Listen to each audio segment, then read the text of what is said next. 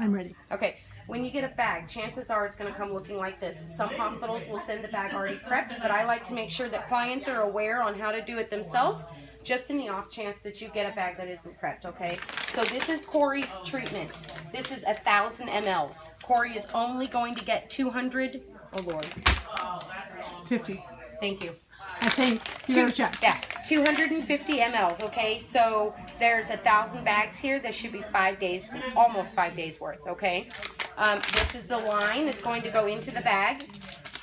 And then you're going to use 18 gauge needles. Now this is a large gauge needle, but we want a large gauge because then he's going to get the treatment fast, right?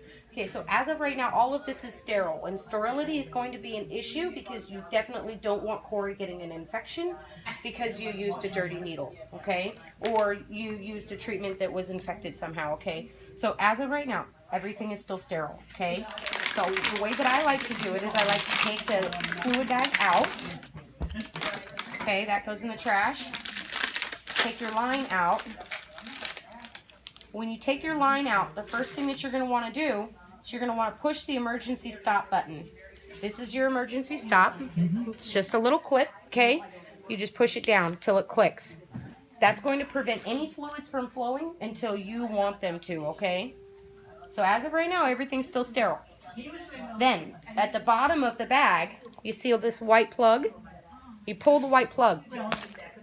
Okay, that goes in the trash. At this point, you could turn this bag up, you could toss it across the room, you could do whatever you wanted to it, and the fluid's not going to flow because it's got a plug in there. Okay? The plug gets pushed through this end. So this is covered by a plastic sheath. It's still sterile. I just pull it off, toss that away, and take the sharp end and push it inside the bag, okay? Now you don't feel a pop. You just push it in, and you push it as far in as it'll go, okay? And then I like to turn the bag upside down and give it a good squeeze. This is called the well. So you turn the well up, so you turn the bag upside down and give the well a good squeeze. We call that priming the well. That puts fluid in here so that when you open the emergency stop, fluid will automatically start flowing and you won't have a giant air bubble. If you were to do that in the reverse, open this up before you prime the well, fluids are going to start flowing and you're going to end up with a ton of air bubbles in the line. It's not necessarily a big deal, but it's just better just to not, why even go there, okay? So at this point, I personally like to prime the line. While I still have it sterile plugged, the needle's not on there, I like to prime the line. Now I'm going to use this rabies pole, but you guys are going to have it on a hook on the back of the door, okay? So what I like to do is just hold it out, open the emergency stop, and then watch the fluids run all the way down to that plug, to that sterile plug. Once it starts dripping, you can push the emergency stop and you're good to go, okay? This is the point where you add your needle, okay? This is just a twist off.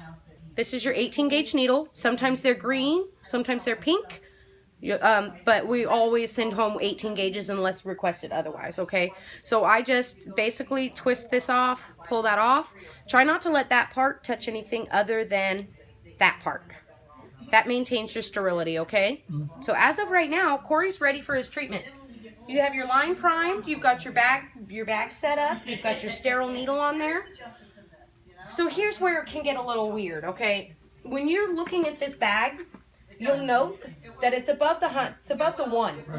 So there's actually 100 mLs above the 1. So this is actually from up here to the 1 is 100, okay? And then from the 1 down to the 2 is 200, and then down to that hash mark is 250. So the first time you give it, it's going to look like you're giving more than 250, but you're really not. You really are giving 250. Now, for some clients, they've asked me to mark the bag. Mary, can you please make it mark the bag? Just mark the bag for me, that way I know. And I can do that for you guys. Basically, I'm just going to put a black line where you start and stop. It's just 250 every Just 250 every time, unless Dr. Beebe instructs you otherwise. We probably want to double check that because that's what I think she said. For a dog Corey size, it usually is 250, but I am going 250. There you go. Yep. Sub-Q fluids, 250 mLs, LRS. That guy would really use anything else. Okay. All right, Mr. Corey. Hi, handsome boy. You ready? How does Corey tolerate needles? He just the ones she put in, which were I guess small, he was Not quite the same. okay. I've never seen him do anything really crazy, but Okay, so for safety's sake, simply because I'm the only one here who can do my job, I'm going to put a little party hat on him. That way he can't turn around and get me. oh sure. And you guys are more than welcome to purchase your own party hat if you feel necessary. The ones that I use here really don't even fit very well. Yeah, I think I It's have just something as a like that. distraction technique, just so that he is aware. Before I put this on, though, I want to show you guys how you're going to do this, okay? Okay. Come here, Corey. Can you come here? Good boy. Good job, Corey. Good job. Okay, so the first thing to note, and you can record this too, you probably should, you're going to make a claw with your fingers, okay?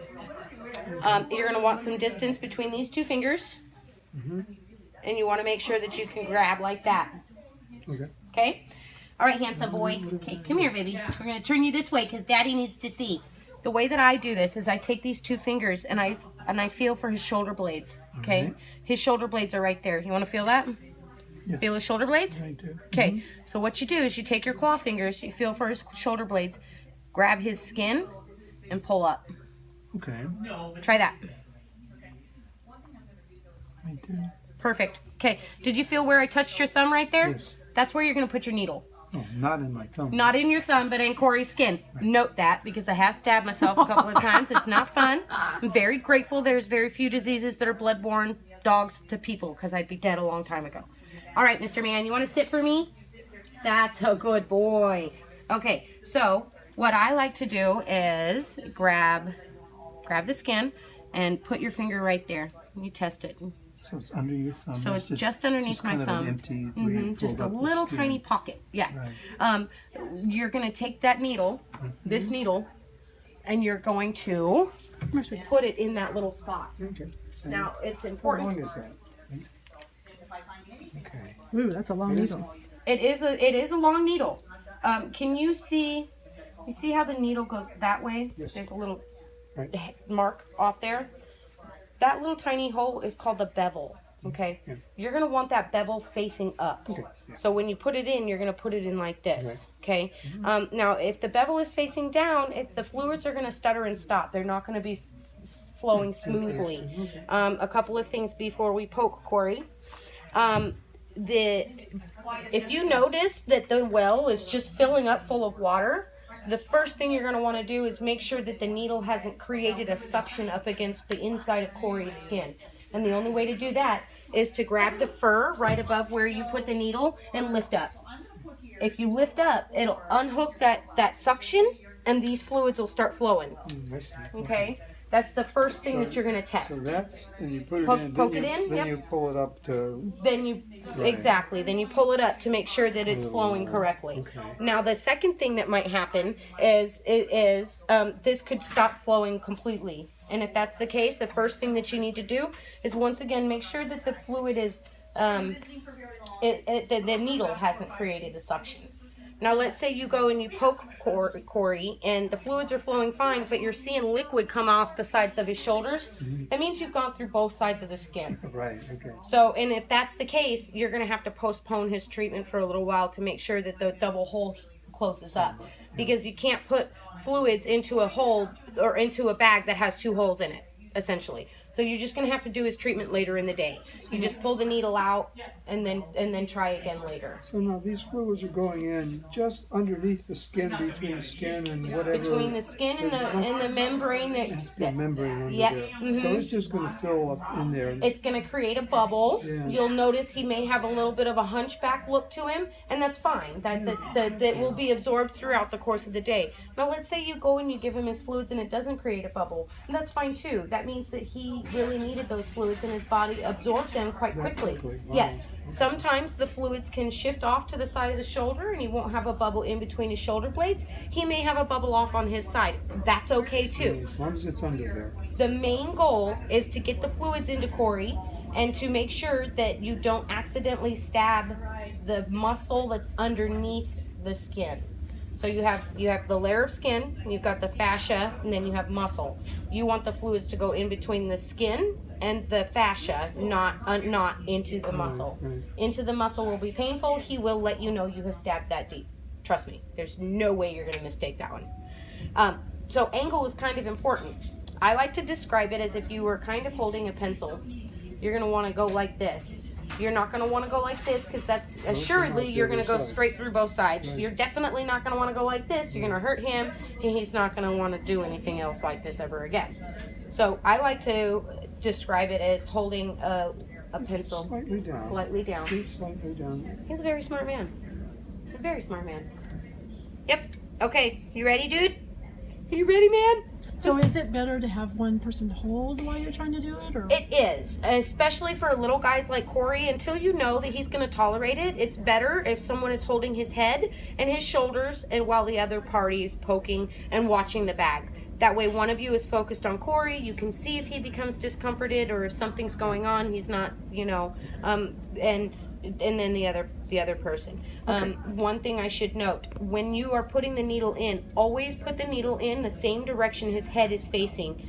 That way, if for some reason he gets away from you and bolts, the needle comes out. Right. All you have to do is replace the needle and go at it again later. But if you put it the other direction, you're going to flip that needle upside down and it's going to lacerate inside of him, and he will be very painful and he may need to be seen. Yeah. So always put the needle in facing the same direction his head is. And when you're saying if you get in a situation where you have to wait till later, Mm-hmm. how long do you wait? I normally wait only 15-20 minutes. Oh, really? Yeah, Oh, it looks like a really big needle. It is a really big needle, but they do that hole really heals fast, especially if you're able to squeeze it. That's another thing. When you're done with the treatment and you go to pull the needle out, I always squeeze where I put the needle in and squeeze it, and then pull the needle out, and I remain squeezed for a few minutes just to make sure there's no backflow. Mm-hmm. All right. Yeah. So now you have to get out of here. So it's just you and me, because she will pass out on the floor. So I will hold Corey and watch you do the. You don't want to do it the first time? I want to watch you. I think You wanna watch me? I think we'll just be fine. Okay. All right. But Karen will have to leave. Yeah, you're right. Now that you said that, my head went. "Ugh." Now you're starting to feel all woozy.